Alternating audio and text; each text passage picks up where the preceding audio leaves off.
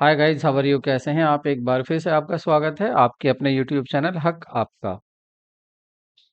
लक्ष्य सीरीज का डे 15 होगा और आज हम डिस्कस करने वाले हैं यहाँ पर इंटरनल ट्रेड, आंतरिक व्यापार। यहाँ से काफी क्वेश्चंस पूछे जाते हैं, इसलिए इस चैप्टर को डीपली और ध्यान से हमें सीखना है, ध्यान से हमें इसको डिस्कस करना है। शुरू की कुछ चीजें ऐसी होंगी कि वो आपको आती होंगी, मैं उम्मीद करता हूँ, और बाकी की चीजें इसमें काफी इंपॉर्टेंट होने वाली हैं, इसलिए टिल द एंड तक वीडियो में आप बने रहिए। और अगर फर्स्ट टाइम चैनल पर आए हैं तो चैनल को सब्सक्राइब करना और वीडियो को लाइक करना बिल्कुल ना भूलें। आई होप आपने चैनल को सब्सक्राइब कर लिया होगा। शुरू करते हैं आज की वीडियो को। तो सबसे पहले अगर मीनिंग की बात करते हैं, इंटरनल ट्रेड होता क्या है? तो वो होता है आपका refer to the purchase and sale of goods and services. Goods and service को परचेज करना और बेचना, गुड्स एंड सर्विस को परचेज करना और सेल करना, वो भी कहाँ? Within geographical boundary of a country, किसी एक देश की आंतरिक सीमाओं के अंदर अंदर। जो भौगोलिक सीमाएं हैं, किसी देश की भौगोलिक सीमाएं हैं, उन सीमाओं के अंदर अंदर गुड्स और सर्विस को परचेज करना और सेल करना, ये कहलाता है इंटरनल ट्रेड, मतलब आंतरिक व्यापार। तो आंतरिक व्यापार आपका क्या हुआ? किसी देश की भौगोलिक भौगोलिक सीमाओं के अंदर अंदर किसी चीज को, वस्तु और सेवाओं को खरीदना और बेचना, वो कहलाता है आपका आंतरिक व्यापार। इसके दो तरह का होता है, इसके दो प्रकार होते हैं। एक आपका थोक व्यापार होता है, एक फुटकर व्यापार होता है। होलसेल और रिटेल ट्रेड इसमें होता है। होलसेलर की अगर बात करते हैं, wholesale trade refer to the trade in which goods are sold in large quantity. ये ऐसा होता है जिसमें गुड्स लार्ज क्वांटिटी में, बड़ी मात्राओं में बेचा जाता है, उसको बोलते हैं थोक व्यापार। और सबसे बड़ी बात इसमें आपको जो याद रखना वो है कि ये लिंक होता है, this is link between manufacturer and retailer. जो मैन्युफैक्चरर, निर्माता, और जो रिटेलर होता है, उन दोनों की बीच की कड़ी होता है आपका कौन? ये होता है आपका होलसेलर। तो यही आपको याद रखना है, यहां से क्वेश्चन बन जाता है। कभी कभी बेसिक क्वेश्चन निकल कर यहाँ से आ जाता है, ठीक है, कि ये किसके बीच की लिंक या कड़ी होती है। नेक्स्ट देखते हैं इसमें कि ये जो आपका सर्विस ऑफ होलसेलर, जो होलसेलर होता है वो कौन कौन सी सर्विस प्रोवाइड करता है, उपलब्ध करता है, किसके लिए? किसके लिए? मैन्युफैक्चरर के लिए, एज वेल एज, साथ ही साथ रिटेलर के लिए, मतलब दोनों के लिए ही ये सर्विस प्रोवाइड करता है, सेवाएं देता है। अब वो क्या क्या सेवाएं होंगी, जैसे पहले बात कर लेते हैं निर्याता। क्या जो सर्विस होती है? एक्सपोर्टर, मतलब जो आपका जो माल का निर्याता है उसके प्रति क्या सेवाएं हैं, क्या क्या उसको ये सेवाएं देता है। नंबर वन, इकोनॉमिक स्केल, पैमाने की बचतें। देखिए, इसको रोक कर बीच में थोड़ी सी मैं यहाँ पर इसकी विशेषताएं की अगर बात करूं वो और बता देता हूँ, फिर सीधे हम पहुंचेंगे इसकी सेवाओं पर। तो देखिए, ये जो आपका आंतरिक व्यापार था, इससे आप ये भी, इसमें कभी कभी पॉइंट पूछ लिया जाता है, आपको ये भी याद रखना है कि देश की मुद्रा में ये व्यापार करता है। देश की जो मुद्रा होती है, मनी होती है, उसमें ही ये व्यापार करता है, देश की करेंसी में। दूसरा ये है कि यहाँ पर औपचारिकताएं जो होती हैं, फॉर्मेलिटीज जो होती हैं, वो नामात्र के लिए फॉर्मेलिटीज होती हैं। नामात्र, नामात्र की औपचारिकताएं होती हैं, फॉर्मेलिटीज।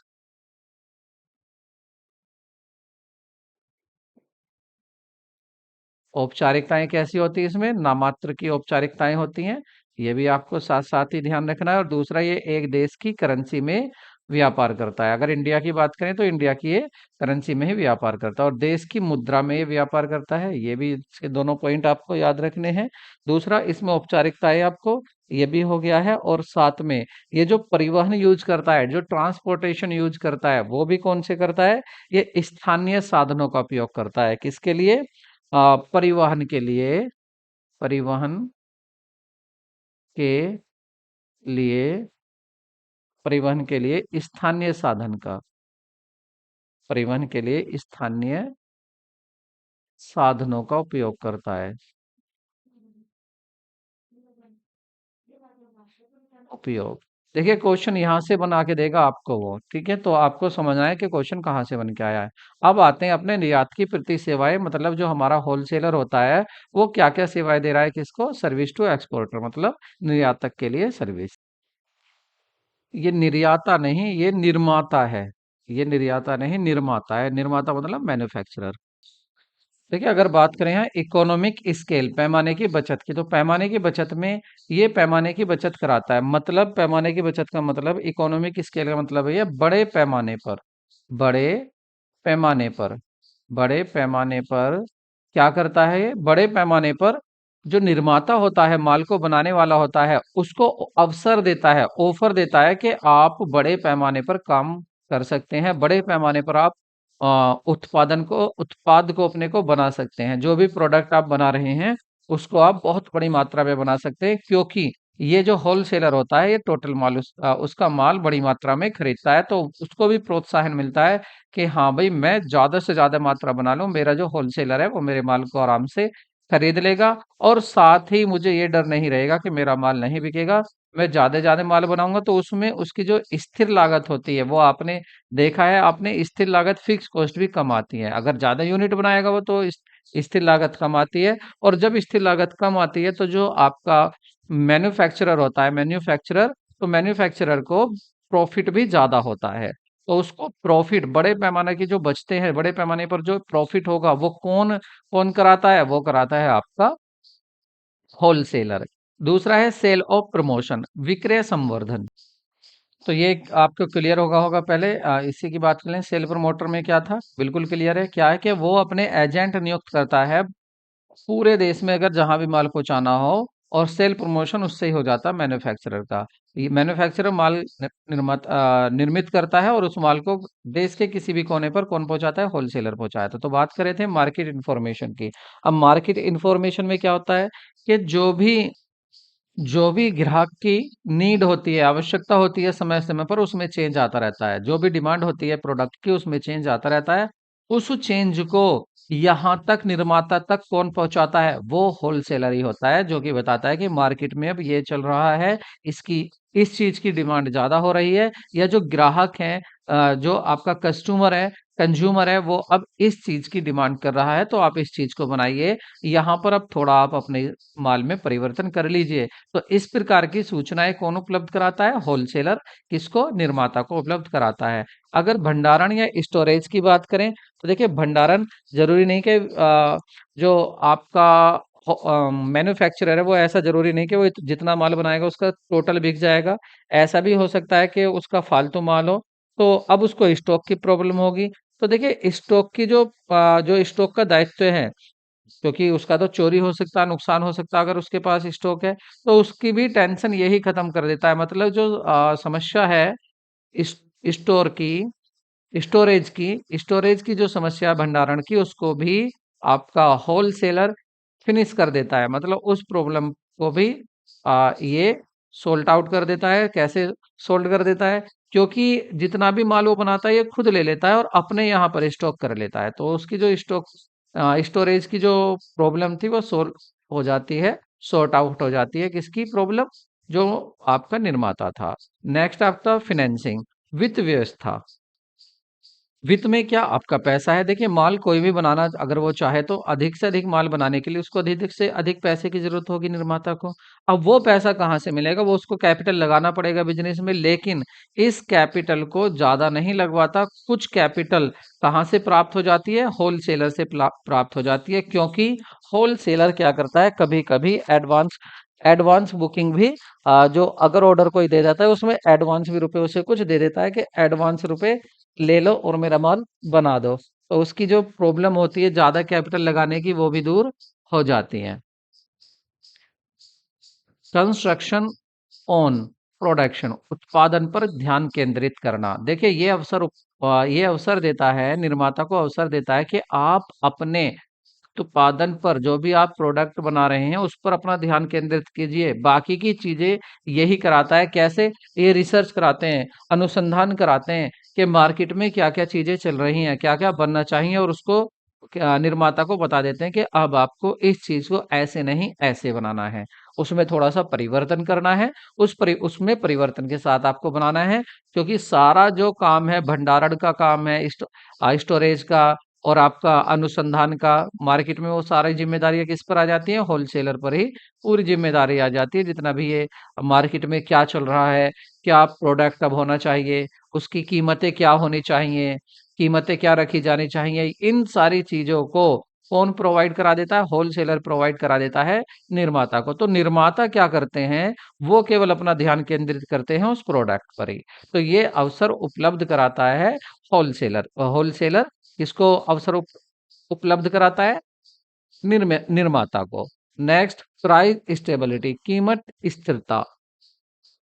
तो प्राइस स्टेबिलिटी में कीमत स्थिरता में वह क्या करता है? देखिए, कीमत स्थिर लाने के लिए बहुत बड़ा रोल प्ले करता है आपका होलसेलर। ठीक है, होलसेलर जो होता है ये बहुत बड़ा रोल प्ले कैसे करता है? जब ये देख लेता है कि कीमतें गिर रही हैं तो ये अपने पास स्टॉक कर लेता है गुड्स को। और जब गुड्स की कमी आ जाती है मार्केट में तो उसकी आसानी से कीमत अप कर देता है। मतलब कीमतें गिरती हुई भी ये उठा देता है और उठती हुई को ये गिरा देता है। ये खूबी होती है, ये कैरेक्टरिस्टिक्स होती है आपके होलसेलर की। तो इसमें ये क्या करता है? स्थिरता लाता है। इसमें स्थिरता लाता है। जो कीमतें बढ़ रही हैं, कम हो रही हैं, ज्यादा, उनको स्थिर कर देता है कौन? आपका होलसेलर। तो देखा आपने, इकोनॉमिक स्केल बड़े पैमाने पर काम करने के लिए अवसर देता है। उसको सेल प्रमोशन कराता है देश के हर कोने पर, अपने आदमी भेजकर, एजेंट भेजकर माल बिकवाता है। मार्केट की क्या क्या चल रहा है उसकी इन्फॉर्मेशन प्रोवाइड कराता है। कितना स्टोरेज कराना है उसकी टेंशन खत्म कर देता है। आपका फिनेंसिंग देता है, कैपिटल कैपिटल के रूप में थोड़ा सा पैसा काम लाने के लिए एडवांस के रूप में दे देता है पैसे को। प्रोडक्शन पर ही ध्यान केंद्रित करने के लिए उसको अवसर देता है कि आपको ज्यादा इधर उधर की ध्यान नहीं रखना, वो मैं करा रहा हूँ। आप केवल अपना ध्यान अपने प्रोडक्ट पर दीजिए, और कीमतें भी स्थिर कराता है। तो ये थी वो सेवाएं, वो सर्विसेज जो मैन्युफैक्चरर को दे रहा है कौन? आपका होलसेलर। तो कितना फायदेमंद है ये देख लीजिए होलसेलर। अब बात कर लेते हैं कि ये जो होल रिटेलर को क्या क्या सर्विसेज देता है, क्या क्या सुविधाएं ये देता है रिटेलर को कौन? होलसेलर। अभी बातें होलसेलर की हो रही हैं तो सबसे पहले आपके डाइवर्सिटी, मतलब विविधता। देखिए, जो रिटेलर होता है, अब अगर रिटेलर को विविध तरह की चीजें चाहिए, विविध तरह की वस्तुएं चाहिए, तो उसके ये बस में नहीं होता। उसको ये बहुत ज्यादा महंगा, बहुत ज्यादा नुकसान वाला हो जाता है कि वो अलग अलग निर्माता के पास जाए, अलग अलग मैन्युफैक्चरर के पास जाए, ए के पास जाए, बी कंपनी के पास जाए, बी के पास जाए, सी के पास जाए, और सबके प्रोडक्ट देखता फिरे। ये बड़ा मुश्किल हो जाता है। इसलिए जो रिटेलर होता है, रिटेलर होलसेलर के पास जाता है, और होलसेलर जो होता है ये अलग अलग वैरायटी की चीजें अपने पास रखता है। अलग अलग वैरायटी की चीजें अपने पास रखता है। रिटेलर को जो पसंद आती है वो रिटेलर आसानी से खरीद लेता है। रिटेलर को अलग अलग मैन्युफैक्चरर के पास जाने की जरूरत नहीं होती है। रेगुलर सप्लाई, नियमित आपूर्ति, नियमित रेगुलर सप्लाई। जो आपका होलसेलर होता है, होलसेलर रेगुलर सप्लाई देता है गुड्स की रिटेलर को। रिटेलर को जरूरत नहीं होती कि वो भंडारण करके रखे, स्टोरेज करके रखे चीजों का। उसको पता होता है कि मुझे जब भी अपनी वस्तु चाहिए मुझे आसानी से प्रोवाइड हो जाएगी। कहाँ से? होलसेलर से। तो नियमित सप्लाई, रेगुलर सप्लाई गुड्स की जो देता है, ये देता है रिटेलर को। फिनेंसिंग, वित्त व्यवस्था। वित्त व्यवस्था में क्या है कि अगर आपको फिनेंसिंग की बात करें, देखिए सबसे बड़ी फिनेंसिंग की बात है। फिनेंसिंग में क्या है कि जो रिटेलर होता है, अगर रिटेलर के पास पैसा भी नहीं है, उसको जरूरत नहीं होती कि उसको वो कैपिटल ही लगाकर शुरू करे। ये फैसिलिटी प्रोवाइड कराता है होलसेलर। होलसेलर रिटेलर को फैसिलिटी देता है फिनेंसिंग की, मतलब क्रेडिट की देता है, उधार की देता है। कहता है कि आप ठीक है गुड्स ले जाइए, आप इसको बेचकर एक दो दिन में या शाम को या 3 दिन में इसको पैसा आप वापस कर सकते हैं। तो ये फाइनेंसिंग की व्यवस्था कराता है कौन? कराता है ये होलसेलर, रिटेलर के लिए कराता है। आसानी से वो अपने इसको गुड्स को बेच सकता है। और सबसे बड़ी बात है इसमें आपकी रिस्क बियरिंग की, और जोखिम सहन करना। देखिए, जो रिटेलर होता है उसको कुछ जोखिम ना हो, नुकसान ना हो, रिस्क ना हो, इसके लिए होलसेलर क्या करता है? उससे कहता है कि आप बेफिक्र होकर आप माल ले जाइए। अगर आपका बिक जाता है ठीक है, वरना आप वापस कर देना, मैं इसे किसी अलग स्टेट में भिजवा दूंगा। तो ये फैसिलिटी देता है, ये जोखिम कर देता है उसका, रिटेलर का जोखिम कम कर देता है। दूसरा जोखिम ये भी है कि रिटेलर को जो जोखिम होता है कि अगर मैं अपने यहाँ पर भंडारण करके रखूंगा, बहुत सारा स्टोरेज करके रखूंगा माल का, खराब हो सकता है। तो फुट जो आपका होलसेलर होता है वो कहता है फुटकर व्यापारी से कि आप स्टोर मत कीजिए, माल का स्टोरेज में मत रखिए, आप मेरे पास से जब भी आपको चाहिए तभी ले जाइए। हो सकता है आपका नुकसान हो जाए, चोरी हो जाए, नष्ट हो जाए। तो वो सारा जोखिम जो है ये उसका कम कर देता है। इंफॉर्मेशन अबाउट न्यू प्रोडक्ट, क्या क्या नया प्रोडक्ट आया है मार्केट में, उसको कैसे बेचना है, उसको कितने में बेचना है, ये सारी सुविधाएं रिटेलर को प्रोवाइड कराता है आपका होलसेलर। ट्रांसपोर्टेशन, परिवहन, कभी कभी ऐसा भी होता है कि जो आपका होलसेलर है वो परिवहन की फैसिलिटी भी देता है, जहां भी रिटेलर होता है उसको वहीं पर गुड्स को सावधानी से पहुंचा देता है, उसको गुड्स उसकी अपनी ही जगह पर मिल जाता है। प्रमोशन, प्रचार, जो रिटेलर प्रोडक्ट लाता है, जो रिटेलर प्रोडक्ट लाता है किससे, होलसेलर से, तो उसको उसका प्रचार करने की या एडवर्टीजमेंट करने की जरूरत नहीं होती, क्योंकि इस काम को होलसेलर ही करा देता है, पर्चे बांटता है, बैनर लगवाता है, और बैनर लगवाकर क्या करा देता है, वो सेल प्रमोशन करा देता है। तो सेल प्रमोशन की जरूरत नहीं होती है रिटेलर को, क्योंकि होलसेलर इसको बखूबी करा देता है। असिस्टेंस, सहायता, देखिए रिटेलर को ये हेल्प करता है, सहायता करता है असिस्टेंट की, सहायक की, कैसे करता है कि उसको बताता है कि आप जो प्रोडक्ट ये बेच रहे हैं इसकी क्या टेक्निक है, इसको बेचने की वो टेक्निक को भी बताता है, आप कैसे प्रॉफिट कमा सकते हैं उस टेक्निक को बताता है। शोरूम में, आपको शोरूम में कैसे माल को रखना है, शोरूम को आपको कैसे सजाना है, शोरूम का उत्पादनों का जो जितने भी उत्पादन उनका प्रदर्शन कैसे करना है, वो सारे परामर्श देता है, वो सारी एडवाइस देता है होलसेलर, किसको, आपके रिटेलर को। इकोनॉमिक्स ऑफ स्केल, पैमाने की बचत, बचतों में आता है आपकी छूट। रिटेलर क्या होते हैं, ये बेचारे छोटी छोटी मात्रा में प्रोडक्ट खरीदते हैं, और जो आपके निर्माता होते हैं, माल को बनाने वाले होते हैं, मैन्युफैक्चरर होते हैं, वो छूट देते हैं किसको, होलसेलर को। अब ये बेचारे रिटेलर बड़ी मात्रा में तो माल खरीद नहीं सकते जो इसको छूट मिल जाए, इसलिए होलसेलर से माल खरीदते हैं। जो होलसेलर होता है वो इन्हें छोटी छोटी छूटें देता है, छोटे छोटे माल पर भी वो छोटी छोटी छूट छूट देता है। कह सकते हैं कि जो होलसेलर को मैन्युफैक्चरर से, इधर मैन्युफैक्चरर है और इधर होलसेलर और इधर रिटेलर, तो जो होलसेलर को मैन्युफैक्चरर से छूट मिली है उस छूट को साझा करता है रिटेलर के साथ, छूट को ये इसमें भी साझा करता है, बांट लेता है किसके साथ, रिटेलर के। रिटेलर जब छोटी छोटी मात्रा में माल खरीदता है तो उसको भी ये छूट उपलब्ध कराता है जो उसको छूट मिली थी। अब बात कर लेते हैं यहाँ पर रिटेल ट्रेड की। रिटेल ट्रेड क्या है, इसका मतलब होता है buy and selling small quantities, मतलब छोटी छोटी मात्रा में गुड्स को खरीदना। Retailer sell goods to the final consumer, ये रिटेलर ही होते हैं जो फाइनल कंज्यूमर को गुड्स प्रोवाइड कराते हैं, बेचते हैं। And act as a link between manufacturer and customer, अब देखिए किसके बीच में लिंक होते हैं, ये लिंक होते हैं आपके मैन्युफैक्चरर एंड कस्टमर। हाँ, ये कड़ी बिटवीन द मैन्युफैक्चरर नहीं, ये होलसेलर होगा, इसको मैं सही कर देता हूँ। अब ये सही हो गया है। देखिए यहाँ पर जो ये कड़ी होता है, जो लिंक जो होता है, ये किसके बीच में होता है, होलसेलर और कस्टमर के बीच का लिंक होता है। सबसे बड़ी बात है कि ये अंतिम जो आपकी कड़ी है, जो एक श्रृंखला होती है, जो आपकी एक सीरीज है, किसकी चैन है, जो एक चैन होती है, डिस्ट्रीब्यूशन चैन होती है, जो एक चैन होती है, डिस्ट्रीब्यूशन चैन होती है। तो या आप हिंदी में उस डिस्ट्रीब्यूशन को क्या कह सकते हैं, वितरण। वितरण की जो चैन होती है उसका लास्ट जो लिंक माना जाता है, लास्ट सदस्य जो माना जाता है, वो लास्ट होता है आपका रिटेलर। ये सीधा प्रोडक्ट दे देता है किसको, गुड्स को, ये आगे किसी को फिर आगे वितरित नहीं करता, ये सीधा यहाँ पर वस्तु दे देता है। तो अगर फुटकर व्यापारी की बात करें, क्या हुआ, ये कम मात्रा में क्रय करता है, विक्रय करता है, इसलिए इसको फुटकर व्यापारी कहते हैं। और अंतिम उपभोक्ता को यह वस्तुएं बेचता है, यह थोक व्यापारी और ग्राहक के बीच की कड़ी होता है। सर्विस क्या है इसकी, रिटेलर की, ये सर्विस, जो सर्विस ऑफ रिटेलर, रिटेलर की क्या क्या सर्विस है, क्या क्या सर्विस ये प्रोवाइड कराता है, तो देखिए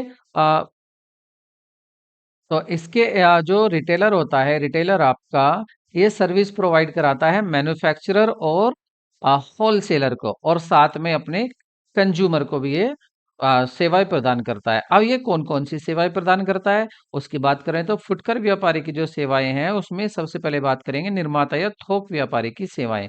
उसको क्या क्या सेवाएं देता है, देखिए तैयार बाजार, रेडी मार्केट, ये जो भी माल बनाते हैं, जो भी इसको माल मिलता है, ये उनको ऐसा देता है, ऐसा अवसर देता है कि जैसे कि उनके लिए बाजार तैयार किया गया हो।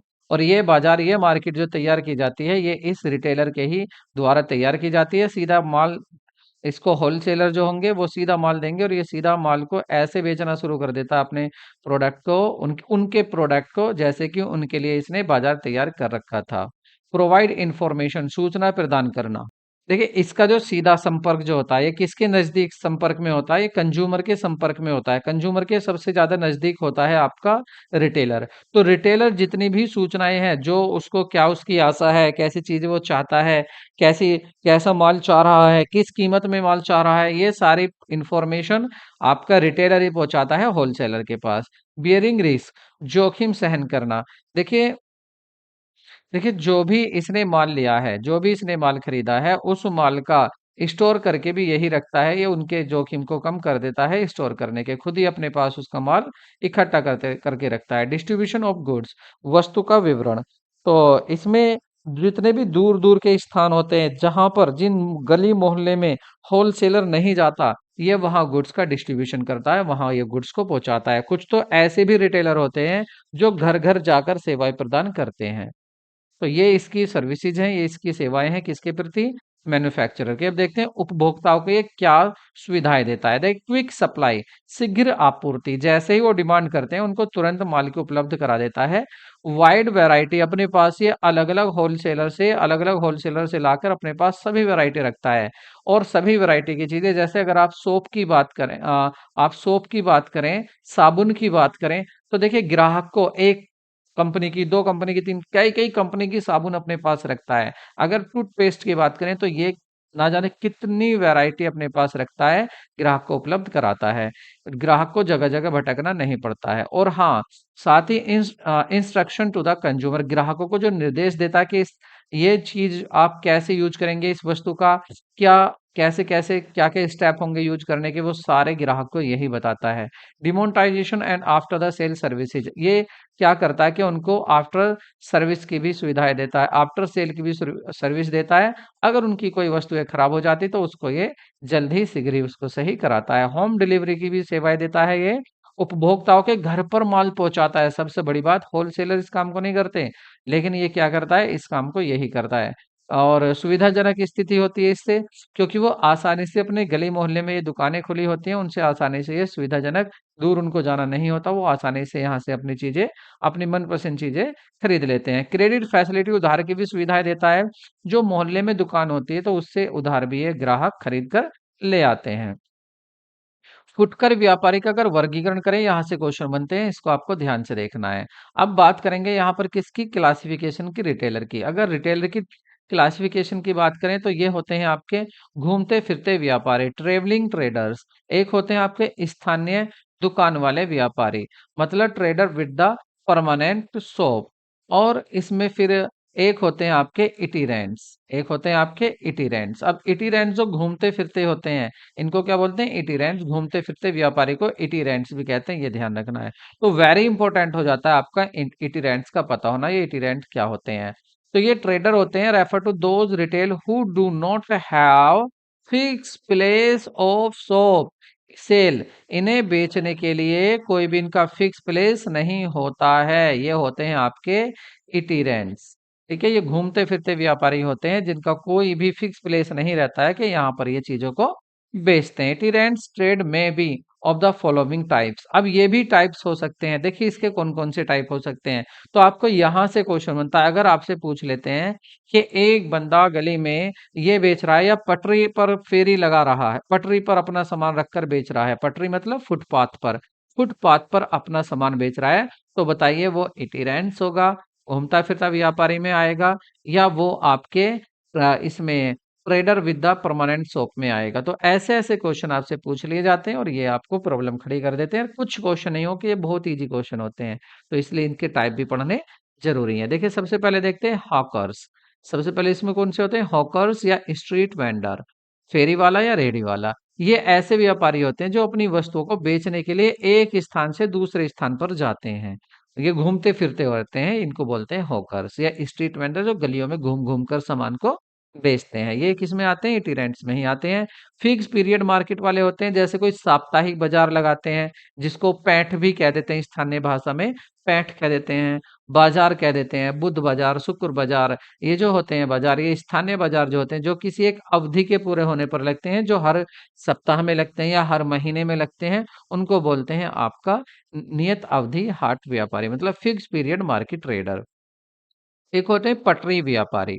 ठीक है, पटरी व्यापारी ये फुटकर व्यापारी अपनी वस्तुएं गली के नुक्कड़ पर या बस स्टैंड के फुटपाथ पर यहाँ पर रख के यहाँ प्रदर्शन करते हैं अपनी चीजों को बेचने का। टेम्परेरी ट्रेडर्स भी होते हैं, मतलब अस्थायी व्यापारी। ये व्यापारी अपनी वस्तुओं को विभिन्न स्थानों पर एक अस्थायी अवधि के लिए किराए की दुकानें लेकर टेंट लगाकर ये प्रदर्शित करते हैं। आपने देखा होगा कहीं अम्ब्रेला लगाकर, छतरी लगाकर कोई भी अपना प्रोडक्ट बेचता रहता है, और वो 2-3 दिन तक तो वहां पर बेचता है, उसके बाद वहां से चला जाता है, अस्थाई होता है। ये सभी किस में आते हैं? इटिरेंट्स में आते हैं। उसके बाद हम देखेंगे फिक्स रिटेलर। फिक्स रिटेलर कौन होते हैं? सच रिटेलर्स। ये ऐसे फुटकर व्यापारी होते हैं जिनके पास विक्रय का एक निश्चित स्थान होता है। सबसे बड़ी बात, इनके पास एक फिक्स प्लेस होता है अपनी वस्तु को सेल करने का। स्थायी दुकान वाले फुटकर व्यापारी कहलाते हैं। इन फुटकर व्यापारियों के आगे दो वर्गों में बांटा गया है। पहला क्या है? स्मॉल स्केल रिटेलर और लार्ज स्केल। छोटे व्यापारी भी होते हैं और बड़े व्यापारी भी होते हैं, दो तरह के होते हैं आपके। अब इसमें स्केल, अगर स्मॉल स्केल की बात करें तो ये कौन से होते हैं? छोटे व्यापारी। व्यापारी निम्न प्रकार के हो सकते हैं, इसमें भी प्रकार हैं। जनरल स्टोर हो सकता है। जनरल स्टोर में कौन से? ये स्टोर प्रतिदिन प्रयोग में वस्तुओं को प्रतिदिन प्रयोग में लाए जाने वाली वस्तुओं को बेचते हैं, जैसे किराना, कन्फेक्शनरी, स्टेशनरी, पेय पदार्थ इत्यादि का व्यापार ये करते हैं। सिंगल लाइन स्टोर भी होते हैं, एक ही प्रकार की वस्तुओं के भंडार। ये स्टोर केवल एक ही श्रेणी के उत्पाद का लेन देन करते हैं। उदाहरण के लिए जैसे मिठाई की दुकान होगी, अब उस मिठाई पर एक ही लाइन का प्रोडक्ट मिलेगा। एक लाइन का मतलब यहाँ ये है कि जो मिठाई की होंगी, तरह तरह की इनके पास होंगी, तो मिठाइयाँ लेकिन तरह तरह की होंगी। इनके पास ये नहीं कि इन मिठाई के पास आपको क्या बोलते हैं कि आपको ये ऑयल भी बेचते हुए मिल जाएंगे, ऐसा नहीं है। दवाइयों की दुकानें, सभी तरह की दवाइयाँ इनके पास मिलेंगी। गारमेंट्स की दुकानें, इनके पास सभी तरह के जो होंगी ड्रेसेज या आपके जो गारमेंट्स है, पार्ट ऑफ गारमेंट, वो सभी मिलते हैं। स्टेशनरी की दुकानें, इस पर सभी तरह की स्टेशनरी मिल जाती है। इन पर रबड़, पेंसिल, कटर सभी मिल जाते हैं। तो ये एक ही लाइन वाली वस्तुएं भी होती हैं इसमें। स्पेशलिटी स्पेशलिटी स्टोर्स, विशिष्ट प्रकार की वस्तुओं का भंडार। ये वस्तुएं एक ही श्रेणी के उत्पाद, विशिष्ट प्रकार के उत्पादों में लेन देन करते हैं। जैसे आप देखेंगे बंगाली मिठाइयाँ, तो ये बंगाल की ही मिठाइयों का, ये यहाँ तो देखिए मिठाइयाँ थी सभी तरह की, यहाँ केवल ये उस मिठाइयों में से भी बंगाली मिठाई को ही बेचेंगे और को नहीं बेचेंगे। या ये केवल जैसे जींस, आप किसी जींस, एक ही ब्रांड की जींस बेचेंगे, उसको दूसरी जींस नहीं बेचते। तो ये किस में आ जाते हैं? स्मॉल स्केल रिटेलर में आ जाते हैं। नेक्स्ट देखते हैं अपना, हम के यहाँ पर स्ट्रीट शॉप होती हैं। ये जैसे किसी कॉर्नर पर, गली के किसी कॉर्नर पर, रोड के साइड एक स्ट्रीट पर ये दुकान लगा लेते हैं अपनी गली मोहल्ले के कॉलोनियों के कोने पर, ये भी इसमें आते हैं। एक होती है, आपको देखिए एक, जो आप कंफ्यूज होंगे इनमें, आपको कंफ्यूज नहीं होना है। दो ये दुकानें होती हैं, देखिए एक होती है सेकंड हैंड गुड शॉप, एक होती है सेकंड हैंड शॉप। इनमें डिफरेंस देखिए। देखिए सेकंड हैंड का मतलब है वे दुकानें, जैसे वे दुकानें विभिन्न प्रकार के, जैसे फर्नीचर, किताबें, कपड़े इत्यादि पुराना माल बेचते हैं। ये क्या बेचते हैं? पुराना माल बेचते हैं। जैसे माल में कुछ डिफेक्ट हो गया, या माल बहुत दिन से रखा हुआ था, बिक नहीं रहा था, तो ये कुछ डिस्काउंट पर, कुछ छूट पर माल को ये बेचना शुरू कर देते हैं, तो इनको बोलते हैं second hand. Second hand, sorry sorry, मतलब यहाँ पर है ये सेकंड हैंड। जो आपने, जैसे आपने फर्नीचर खरीद लिया, ठीक है, आपने फर्नीचर खरीद कर उसको यूज करा, यूज करके आपको अच्छा नहीं लगा, या आपका ट्रांसफर हो गया, आप दिल्ली से शिफ्ट हो रहे थे कोलकाता। अब आप अपना पूरा फर्नीचर तो वहां ले जाएंगे नहीं, पता चला ट्रांसपोर्टेशन कॉस्ट इतनी लग जाएगी, तो आप अपने उस फर्नीचर को यहीं पर बेच कर चले जाएंगे। कि तो ये जो दुकान वाले होते हैं, ये इनको खरीद लेते हैं, ये फिर अपनी यूज हुई, पहले से यूज चीजों को ये बेचते हैं। तो सेकंड हैंड का मतलब है एक हैंड ने तो यूज कर लिए, अब दूसरा हैंड खरीदने वाला यूज करेगा। ठीक है, तो ये होती है सेकंड हैंड गुड शॉप।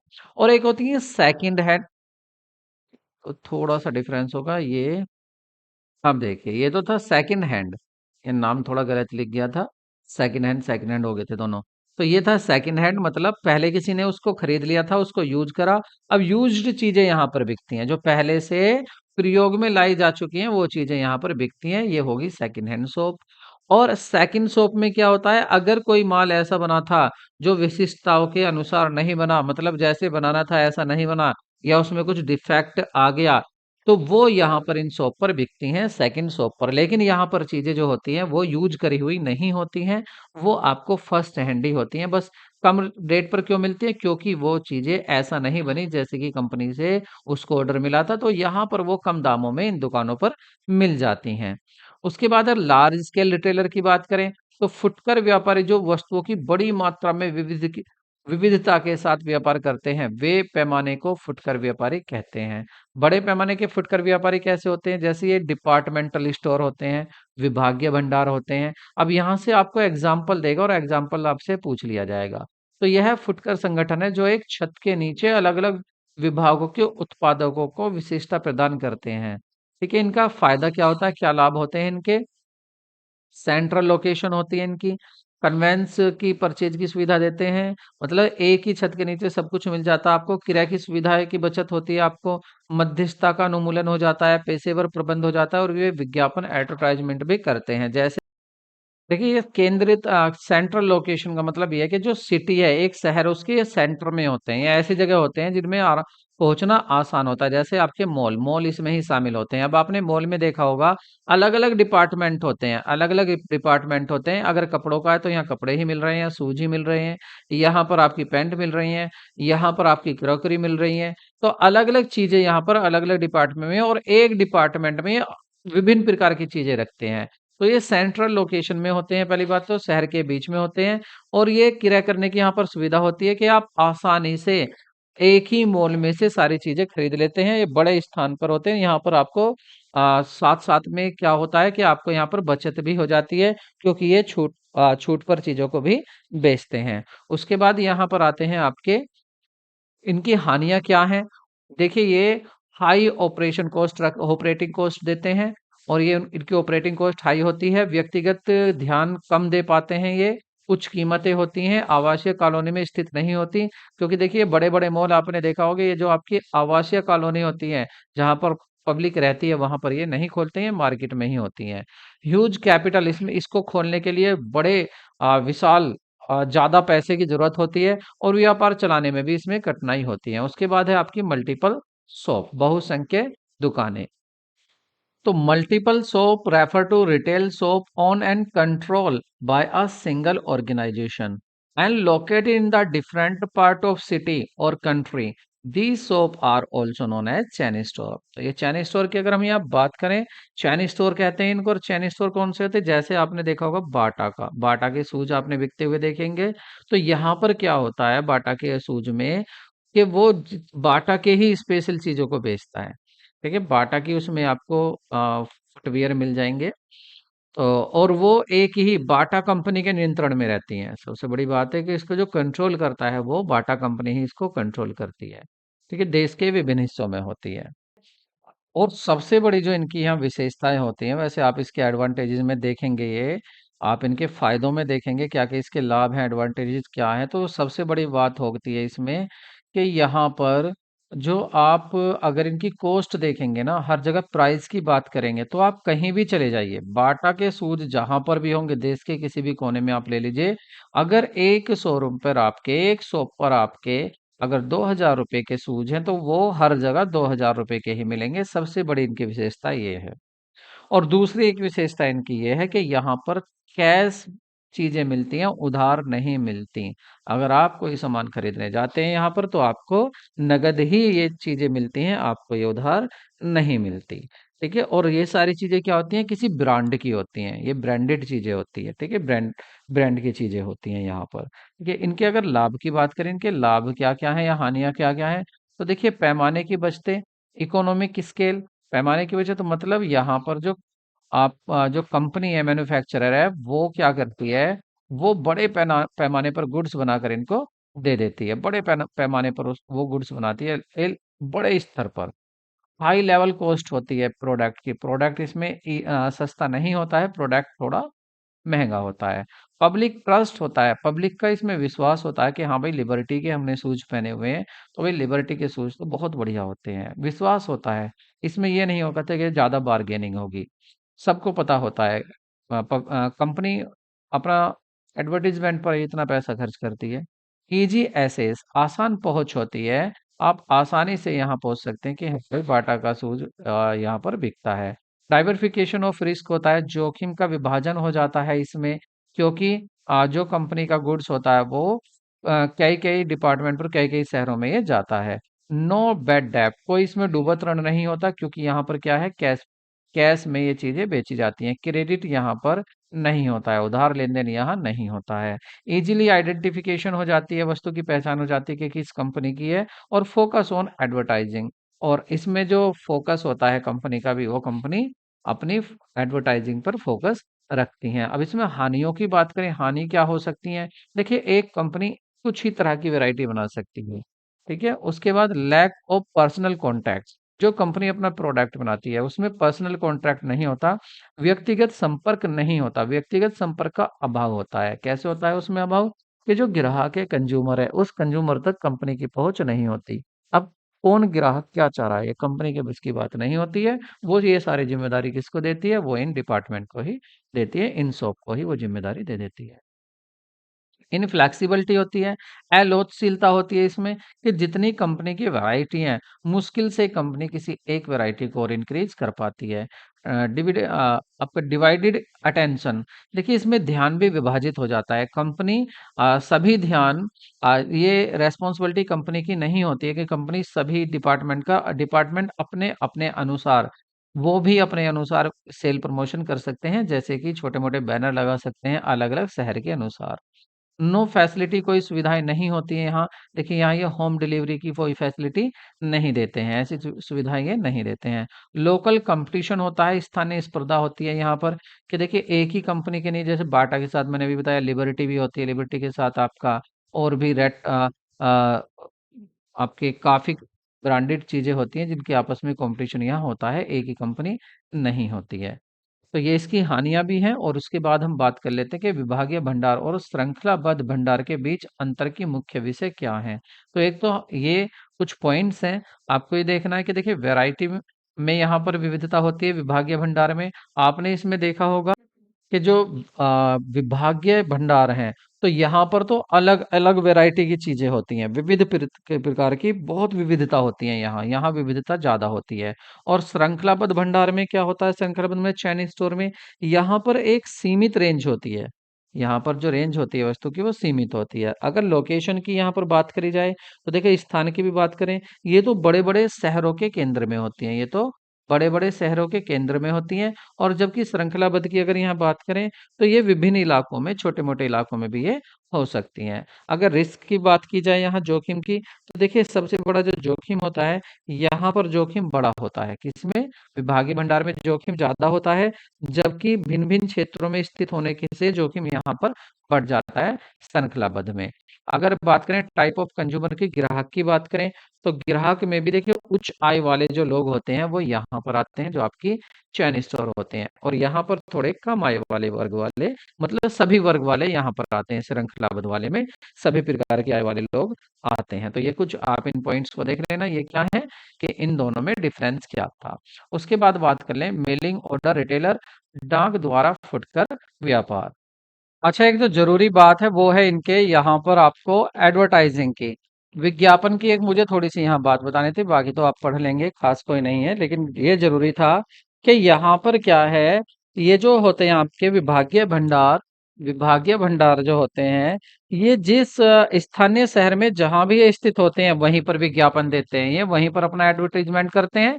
जिस सिटी में ये होते हैं, जिस सिटी में होते हैं वहीं पर ही करते हैं। लेकिन अगर दूसरे की बात करें, आपके श्रृंखलाबद्ध भंडार की बात करें, तो ये राष्ट्रीय स्तर पर, ये राष्ट्रीय स्तर पर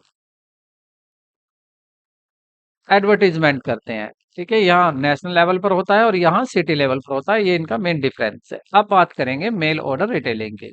तो देखिए अगर यहाँ क्रय विक्रय, सीधा सिंपल ये है, अगर क्रय विक्रय डाक के द्वारा हो रहा है, मतलब आप डाक के या आप मेल के द्वारा वस्तुओं को आप खरीद रहे हैं, बेच रहे हैं, तो उसको वो बोलते हैं मेलिंग ऑर्डर रिटेलर। किसकी तरफ से? अगर कोई फुटकर व्यापारी खरीद रहा है, ऑर्डर दे रहा है और उसको माल भी मिल रहा है, मेलिंग ऑर्डर ही, तो मेल के थ्रू मिल रहा है, तो उसको बोलेंगे आप डाक द्वारा फुटकर व्यापार। अब इसकी अगर बात करें, इसके लाभ क्या होंगे?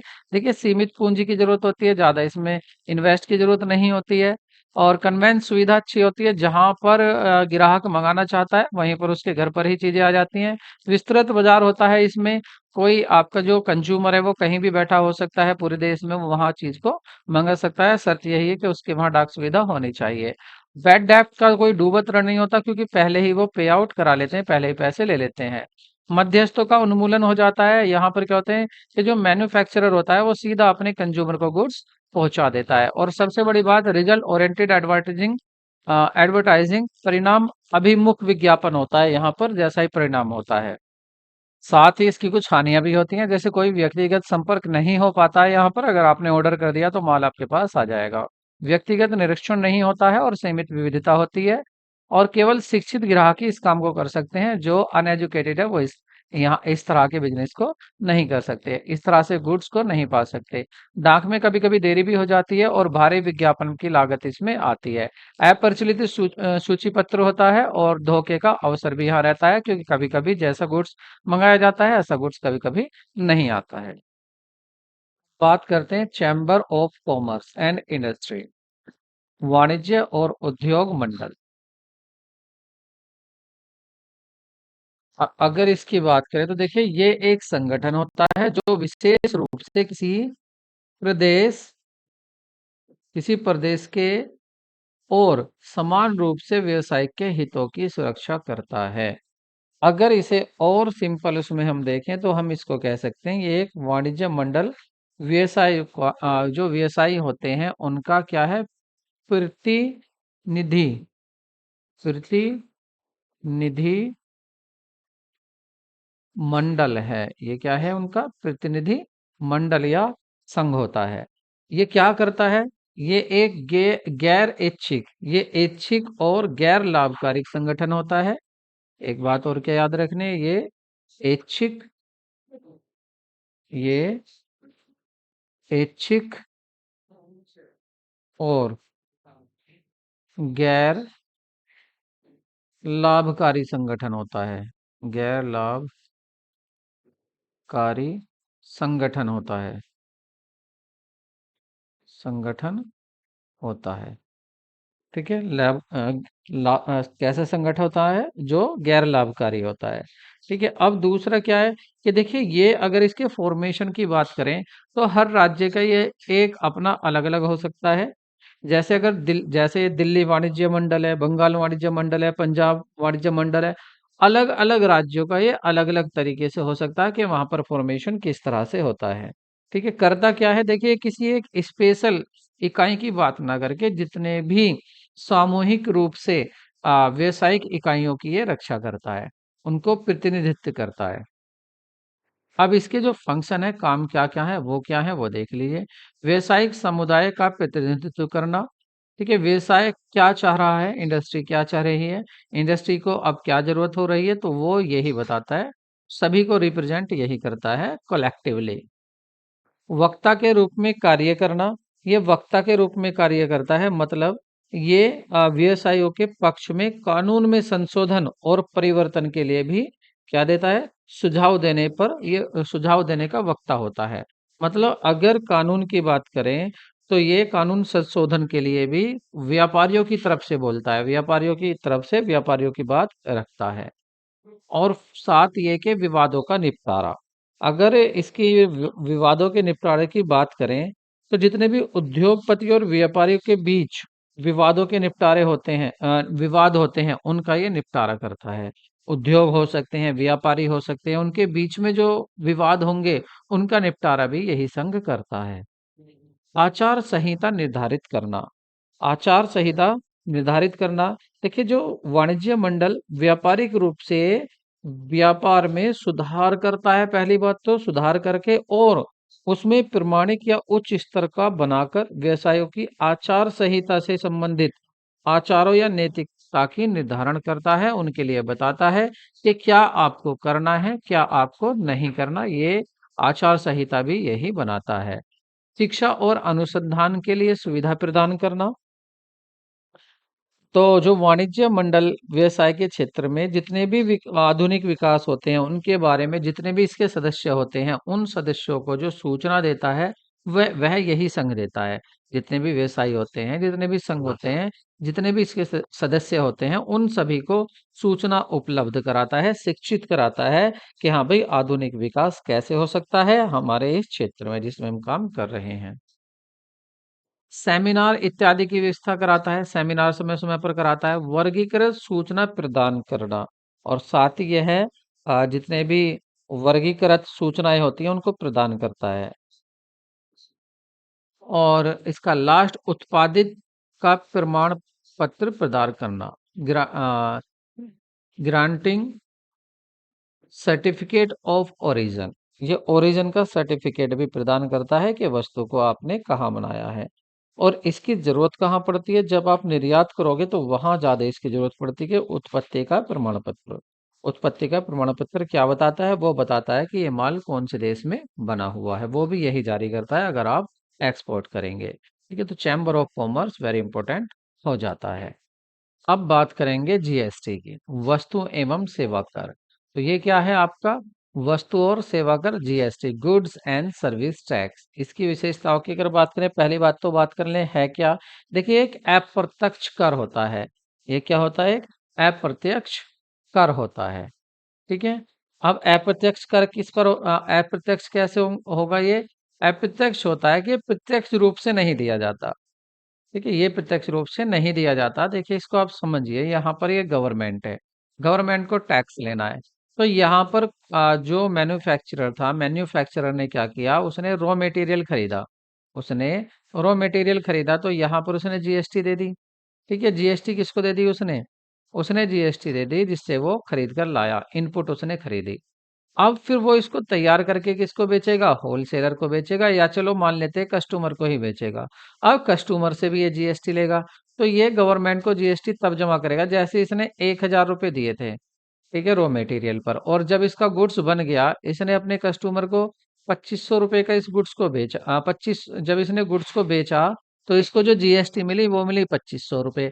तो ये अपना 1,000 रुपए पहले काटेगा 2,500 में से, 1,500 रुपए तब जाकर गवर्नमेंट को जमा करेगा। कितने? 1,500 रुपए की जीएसटी गवर्नमेंट के पास होगी। ठीक है, तो ये जो टैक्स होता है ये होता है आपका वैल्यू एडिड टैक्स। और वैल्यू जैसे जैसे ऐड करते जाते हैं ये ऐसे ऐसे बढ़ता जाता है। वैल्यू एडिड टैक्स इसको कैसे कहते हैं वो भी सुनिए। देखिए, मानते हैं ए पर्सन था, ए पर्सन ने कोई गुड्स तैयार करा, और उस गुड्स को तैयार करके उसने जब उसको गुड्स को तैयार करने के लिए रॉ मटेरियल खरीदा, तो वो खरीदा 1,000 रुपए का। तो उसने इस पर जीएसटी दी। अब उसने उस पर जीएसटी जो दी, ये जीएसटी उसने 100 रुपए की दी। ठीक है। अब इसने इसमें और वैल्यू एडिशन किया, इस गुड्स को तैयार करा, लेबर लगाई, काफी खर्चा हुआ, और जब इस गुड्स को इसने बी को बेचा, बी कौन था? होलसेलर था। तो बी को इसने इस गुड्स को बेचा 2,000 रुपए में। ठीक है। तो अब इसने 2,000 रुपए पर टैक्स लिया, किससे? बी से। तो अब टैक्स इसको कितना मिला? 200 रुपए टैक्स मिला। किसको मिल गया टैक्स? जीएसटी ए को मिल गया। क्या ए इसको अपने पास रख सकता है? नहीं, गवर्नमेंट के अकाउंट में जाके जमा करेगा, अपने काट कर 100 रुपए।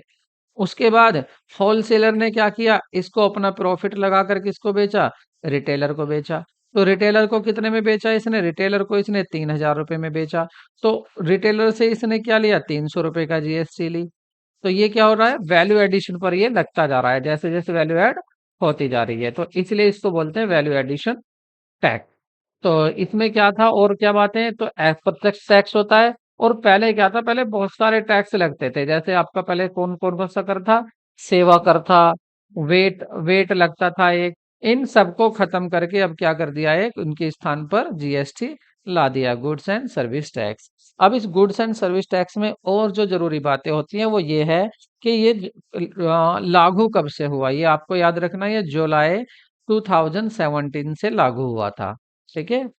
ये कब से लागू हुआ? प्रभाव में कब आया था? जुलाई 2017 से लागू हुआ था। और साथ ही यहाँ पर क्या था? अब आप इसमें एक बात और देखिए, यहाँ ये देखिए कि इसमें अंतिम इसमें जो बर्डन पड़ेगा, भार जो पड़ेगा इस टैक्स का किस पर पड़ेगा?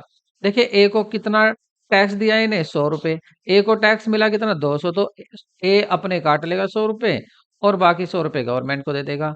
बी ने क्या किया, बी ने दिया कितना टैक्स है 200 रुपए और इसे टैक्स मिला कितना 300 रुपए। बी क्या करेगा, अपने 200 रुपए काट कर 100 रुपए गवर्नमेंट को दिया आएगा। अब ए आर पर आ जाइए, मान लेते हैं आर रिटेलर है, आर ने कंज्यूमर को बेच दिया 4,000 रुपए में, आर ने कंज्यूमर को बेच दिया 4,000 रुपए में और आर को जो टैक्स मिला वो कितना मिला, 400 रुपए टैक्स मिला आर को। तो यहाँ आर क्या करेगा, अपने 300 रुपए काटेगा, ठीक है, सॉरी अपने कितने दिए थे इसने 300 रुपए, अपने 300 रुपए काटेगा, 100 रुपए कहाँ जमा कर देगा, गवर्नमेंट के पास जमा कर देगा। अब यहाँ देखिए लास्ट में क्या इसको भी कहीं से मिलेगा, कंज्यूमर को, जो कंज्यूमर है क्या इसको उपभोक्ता को भी कहीं से मिलेगा टैक्स जो ये काट लेगा? नहीं, इसने तो 400 रुपए का टैक्स दे दिया। तो अंत में जो इसका भार पड़ता है वो उपभोक्ता पर ही इसका भार पड़ता है जीएसटी का। ठीक है, अब आ जाते हैं यहाँ इसकी कुछ विशेषताएं हैं, इन विशेषताओं को देख लेते हैं। देखिए जीएसटी के तहत कर योग्य इवेंट, इसमें क्या है आपकी कुछ चीजें इसमें शामिल की गई हैं। देखिए जीएसटी की अगर मैं बात करूं, इसके लिए एक मैं नई पेज ले लेता हूं, वहां पर इसकी बात करेंगे। ये रहा यहाँ पर। तो देखिए जीएसटी में और क्या क्या जरूरी है। देखिए जीएसटी के अगर टाइप देखें तो पहले देख लेते हैं जीएसटी के टाइप।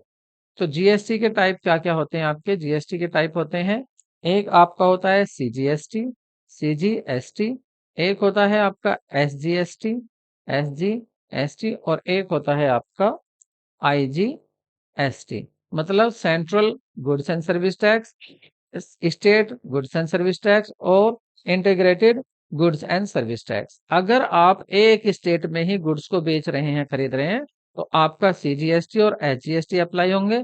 और यदि आप एक स्टेट से दूसरे स्टेट में माल को बेच रहे हैं तो आपका आईजीएसटी भी अप्लाई होता है, आईजीएसटी भी लगाया जाता है। ठीक है, तो ये होते हैं आपके टैक्स के प्रकार। उसमें और क्या बातें यहाँ पर जो ध्यान रखनी की है आपको, और बातें ये है कि इसकी जो स्लैब होती है उसके इसकी जो दर होती है, कितनी दर होती है, कितनी दर से ये अप्लाई होता है।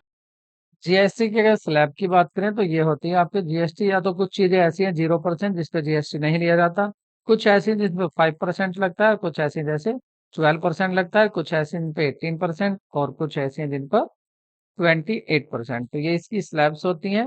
और इसमें भी क्या होगा, जैसे आपका 28% है तो इसमें दोनों होंगे, जैसे आपका सीजीएसटी और एसजीएसटी, 14% ये होगा और 14% ये होगा। अगर इसमें देखें कि इसको लगाता कौन है, तो यहाँ देखें जो भी दरें की जाती हैं, जो भी रेट रखा जाता है वो स्टेट गवर्नमेंट और आपकी राज्य सरकार दोनों मिलकर, केंद्र सरकार और राज्य सरकार जो भी मिलकर आपसे समझौतों के आधार पर इसको सेट करती हैं जीएसटी को। ठीक है, अब चलते हैं अपने इसकी विशेषताओं पर, जैसे जैसे आएंगे जैसे इसका विशेषता आती जाएंगे इसी तरह से इसको बताते जाएंगे। तो देखिए जीएसटी जो यहाँ पर कहा गया है, फर्स्ट देखिए जीएसटी के तहत कर योग्य इवेंट, मतलब इसमें कर योग्य इवेंट होती है आपूर्ति, जब भी आपूर्ति होती है गुड्स की किसी को भी तभी जीएसटी अप्लाई होता है, गतवंदे के सिद्धांत पर आधारित। देखिए इसमें क्या है, यहाँ गत्यंतर के स्थान के आधार पर वस्तु और सेवाओं पर ये जो जीएसटी होता है लगाया जाता है, जैसे जहां, और हाँ वे जिस देश के भीतर उपभोग की जाती हैं, जहां पर उनको उपभोग किया जाएगा, कंज्यूम किया जाएगा, वहीं पर जीएसटी लगाया जाएगा। ठीक है, गत्यंतर का स्थान यह है। और हाँ एक कारण और है कि आपको ये भी पता होगा कि देखिए जो निर्यात है, जो हमारा निर्यात है उस पर जीएसटी नहीं है, लेकिन जो आयात है तो आयात पर जीएसटी लगता है, ये भी आपको पता होना चाहिए। डूल जीएसटी, तो डूल जीएसटी में आता है कि जब जीएसटी अप्लाई होती है दोनों तरह से होती है आपकी, ये राज्य सरकार की भी होती है और साथ में जिस चीज पर लग रही है जीएसटी, जैसे अगर 28% जीएसटी है तो उसमें 14% तो जीएसटी आपकी स्टेट गवर्नमेंट की है, एसजीएसटी है, और 14% आपकी सीजीएसटी है। तो ड्यूल जीएसटी इसमें होती है। ट्रीटमेंट ऑफ एक्सपोर्ट, तो इसके बारे में मैंने आपको बता ही दिया कि जीएसटी निर्यात पर नहीं लगती है, आयात पर लगती है। अगर आप आयात कर रहे हैं तो तब आपकी जीएसटी इस पर अप्लाई होती है। और उसके बाद है आपका इनडायरेक्ट टैक्स मर्ज, जितने भी इनडायरेक्ट टैक्सेज हैं वो मर्ज हो चुके हैं आपका, ये एक अप्रत्यक्ष ही कर है, लेकिन जो पहले टैक्स लगते हैं वो इसमें ही सब अब आ गए हैं। अस्थायी रूप से जीएसटी से बाहर कुछ चीजें ऐसे भी मदे हैं कुछ चीजें ऐसी भी हैं जिनको जीएसटी से बाहर रखा गया है, जिस पर जीएसटी नहीं लगता है, जैसे आपका पेट्रोलियम है, उच्च गति का डीजल है, या आपका मोटर स्पिरिट है, या प्राकृतिक गैस है। इन सब पर आपका जीएसटी नहीं लगता है। कुछ चीजें ऐसी हैं जो जीएसटी से बाहर रखी गई हैं, जैसे supply of alcohol, liquor, human consumption, मानव भोग के लिए मादक मादक शराब की आपूर्ति, इन चीजों पर जीएसटी नहीं लगती है, जीएसटी से अलग रखी गई है। अब बात कर लेते हैं आंतरिक व्यापार में प्रयोग किए जाने वाले कुछ मुख्य प्रलेख हैं। ये कौन कौन से प्रलेख होते हैं इनकी बात करते हैं। जैसे पहले है आपका परफॉर्मा इनवॉइस, परफॉर्मा बीजक। देखिए परफॉर्मा जो बीजक होता है यह एक अनुमोदित क्रिया आदेश होता है। ये क्या होता है, आप इसको कह सकते हैं एक ऑर्डर होता है। ठीक है, क्रिया का ऑर्डर होता है जिसमें सभी शर्तें होती हैं कि क्रेता और विक्रेताओं के जो बीच लागत क्या होगी, किस लागत पर वो सहमत हुए हैं, और किस रेट पर उन्हें चीजें मिलने वाली हैं, वो सारी चीजें उसमें आ जाती हैं। एक होता है आपका कॉमर्शियल इनवॉइस, वाणिज्य बीजक। ये जो होता है ये होता है एक अनुबंध। किसके बीच में अनुबंध होता है, क्रेता और विक्रेता के बीच में अनुबंध होता है। इसमें लिखी होती हैं आपकी सभी शर्तें, माल कितना होगा, मात्रा कितनी होगी, उसका कुल मूल्य कितना होगा, या भुगतान की शर्तें क्या होगी, वो सब होते हैं आपके वाणिज्य बीजक में। नेक्स्ट होता है आपका लोरी रिसीट, लारे रसीद। जब माल को सड़क मार्ग द्वारा भेजा जाता है तो परिवहन के द्वारा इस रसीद को तब जारी किया जाता है। ठीक है, जब माल अगर आप सड़क के द्वारा भेज रहे हैं तब इसे परिवहन के द्वारा जारी किया जाता है। ठीक है, और इसे स्वामित्व का प्रलेख माना जाता है कि हाँ भाई ये आपका माल है, जिसका नाम इसमें लिखा होता है। एक होती है आपकी रेलवे रसीद। ये तब है जब आप माल को रेलवे के द्वारा भेजेंगे तो तब रेलवे प्राधिकारी जो होते हैं, रेलवे अधिकारी जो होते हैं वो जारी करते हैं इस रसीद को। तो ये रेलवे रसीद होती है। एक डेबिट नोट होता है। डेबिट नोट क्या होता है कि डेबिट नोट, देखिए इसके बारे में अगर हम बात करें, ये होता है आपका डेबिट नोट। अगर आप किसी क्रेता को, यदि आप किसी क्रेता को डेबिट कर रहे हैं, मतलब उस पर ड्यू कर रहे हैं अमाउंट कि हाँ इतना पैसा हमने भेजा है, उसको इतना पैसा उससे लेना है, तो उसको बोलते हैं आप डेबिट नोट। जैसे आपने किसी ए को गुड्स भेजा है, ठीक है, तो आप एक नोट तैयार करेंगे डेबिट नोट। लेकिन वो कब करेंगे आप, जब आपने भेजा है माल तो आप बीजक तैयार करेंगे। लेकिन आपको बाद में पता चलता है कि माल भेजा तो था 9,000 रुपए का, और केवल उसको जो टोटल करके दिया है वो 8,000 रुपए का बीजक बना के दिया, तो आप 1,000 रुपए का डेबिट नोट उसके लिए और बनाते हैं ए के ऊपर। क्रेडिट नोट क्या होता है या क्रेडिट रसीद क्या होती है, इसकी अपोजिट होती है। आपने माल भेजा तो था ज्यादा का, माल भेजा तो था आपने कम का, लेकिन आपने उसको डेबिट कर दिया था पहले ज्यादा, तो अब उसको क्रेडिट नोट लिखेंगे और उसका पैसा थोड़ा वापस करेंगे। तो ये वो चीजें थे, ये वो प्रपत्र थे जो जो आपके इंटरनल व्यापार में यूज होते हैं। अब कुछ आंतरिक व्यापार में प्रयोग की जाने वाली कुछ मदे, कुछ टर्म्स और हैं, जैसे सीओडी, एफओबी, CI&F। ये क्या है, इनको और डिफाइन कर लेते हैं। जैसे पहला है सीओडी, तो इसका मीन्स होता है cash on delivery. Cash on delivery का मतलब यह है कि जब वस्तु को क्रेता को दे देंगे, जो भी खरीदने वाला है, जब हम उसको वस्तु को दे देंगे पैसा तभी लेना है। तो अगर किसी प्रलेख पर लिखा होता है किसी पार्सल पर सीओडी, तो इसका मतलब होगा कैश ऑन डिलीवरी, यानी कि जब आप डिलीवरी कर दोगे तो तभी कैश उसका देना है। एक होता है आप, इसकी फुल फॉर्म होती है फ्री ऑन बोर्ड। तो फ्री ऑन बोर्ड का मतलब होता है कि देखिए यहाँ पर जो परिवहन लागत होती है, इसमें क्या होता है, इस अनुबंध में जो विक्रेता होता है वस्तु का, उसको हैंड ओवर करना होता है क्रेता को। तो यहाँ पर जब वो होता है तो जितना भी इसका जाने का खर्चा आएगा, भेजने का खर्चा आएगा, परिवहन आएगा, ट्रांसपोर्टेशन आएगा, वो सब विक्रेताओं को ही वहन करना होता है। ठीक है, फ्री ऑन बोर्ड मतलब आपके किराए से ये फ्री होती है। ये क्या होता है, अगर इसकी बात करें आपका, पहले देखते हैं C&F। ठीक है, C&F में क्या होता है कि जब आप माल को, C&F का मतलब होता है लागत तथा मात्रा, कॉस्ट एंड फ्रेट। तो जितनी भी कॉस्ट होती है माल को भेजने तक की, वो सारी कॉस्ट कौन वहन करता है, कौन सहन करता है, वो विक्रेता ही करता है, माल को बेचने वाला। ठीक है, और अगर बात करें सी CI&F लागत है, इसमें इंश्योरेंस भी आ जाता है, मतलब कॉस्ट, इंश्योरेंस और फ्रेट। तो इसमें क्या होता है कि विक्रेता लागत और रास्ते में अगर कोई हानि होती है उसके लिए बीमा, वो सभी वहन करता है। कौन, विक्रेता। तो विक्रेता यहाँ पर कुछ भी हो रास्ते में, वो सबका इंश्योरेंस भी वही देगा।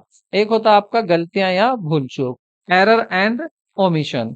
ठीक है, इसमें क्या होता है कि इस प्रलेख में जितनी भी सूचित वस्तुएं होती हैं, आपूर्ता द्वारा गारंटी दी जाती है कि अशुद्ध या अपूर्ण सूचनाओं के लिए वैधानिक दायित्वों को कम करने के लिए है लिखा जाता है कि आपको अगर कोई भूल चूक हुई है तो हम उसके लिए आपको उपलब्ध कराएंगे। अगर कोई कम रह जाता है माल तो हम आपको उसको भी उपलब्ध कराएंगे। ये कौन कहता है? विक्रेता कहता है। तो ये कुछ थी। ठीक है, कैश ऑन डिलीवरी होनी है यहाँ पर, फ्रेट ऑन बोर्ड है आपको यहाँ पर, और ये आपका क्या था? इंश्योरेंस, कॉस्ट ऑन फ्रेट सब इंक्लूड होगा। और यहाँ पर केवल कॉस्ट और फ्रेट इंक्लूड होगा, विक्रेता ही इनको वहन करेगा। और यहाँ पर अगर कोई भूल चूक लेनी देनी होती है उसके लिए इसको लिख दिया जाता है। तो वीडियो कैसी लगी कमेंट करके आप जरूर बताएं, और यहाँ से आपके काफी क्वेश्चन बन जाते हैं। मिलते हैं नेक्स्ट वीडियो में। Take care, bye bye.